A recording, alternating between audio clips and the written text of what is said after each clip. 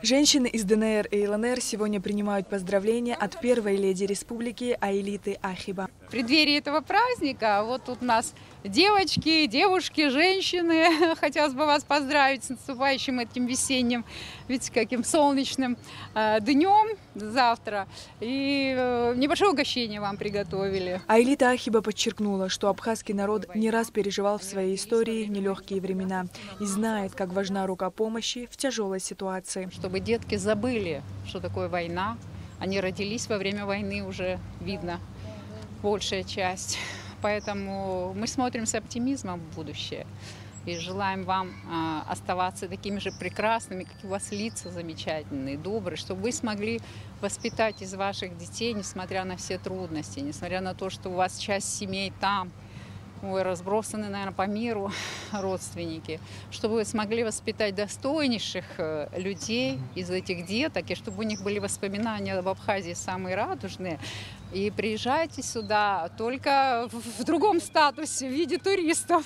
Вот мы всегда вам рады, и я не знаю, у всех эта боль, знаете, в душе, поэтому любой человек рядом с вами из Абхазии, даже те, которые не находятся в Абхазии, переживают, сопереживают. Беженцы выразили благодарность первой леди Абхазии, отмечая чуткое и теплое внимание как со стороны руководства страны, так и со стороны персонала пансионата Айтар.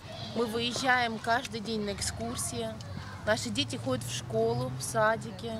Питание обеспечил. То есть он нас, в соответствии и с вами также, организует полностью и духовно, и культурно. Спасибо вам большое.